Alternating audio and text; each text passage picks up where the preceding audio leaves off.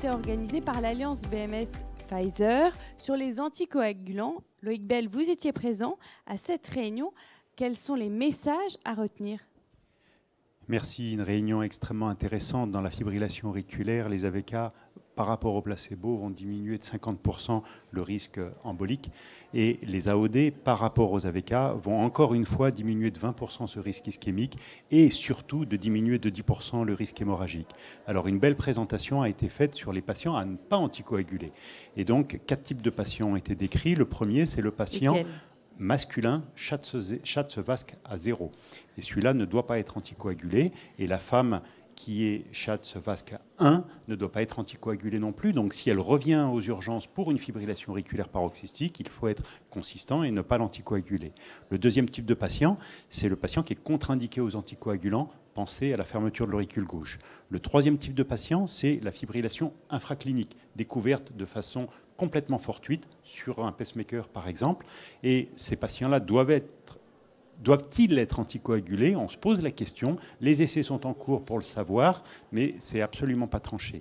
Et puis le quatrième type de patient, c'est la fibrillation auriculaire provoquée par une cholécystite, provoquée par un syndrome coronarien aigu, une embolie pulmonaire ou une bronchite. Celui-là, il faut probablement l'anticoaguler, sauf si la provocation est extrêmement importante sur un terrain de cardiopathie inconnu, ou plutôt en l'absence de cardiopathie.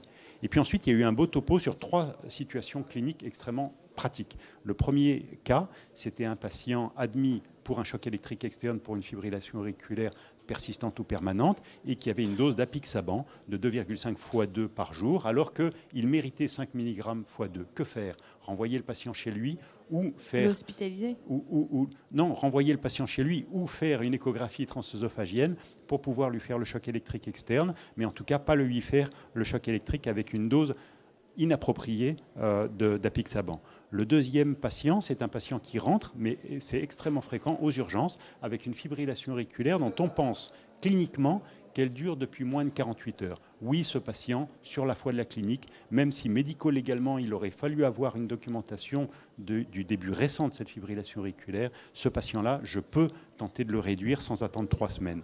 Et puis, le troisième cas bien précis, c'est le patient à qui on fait une ETO et à qui on découvre un thrombus de l'auricule gauche, alors qu'il était sous la bonne dose d'apixaban, 5 mg x 2.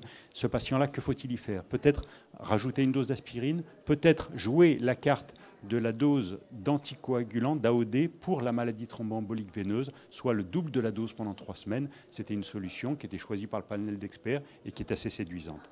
Voilà une session extrêmement pratique et un résumé de cette session extrêmement riche. Merci Loïc Bell d'avoir résumé et condensé donc cette session sur les anticoagulants. Merci.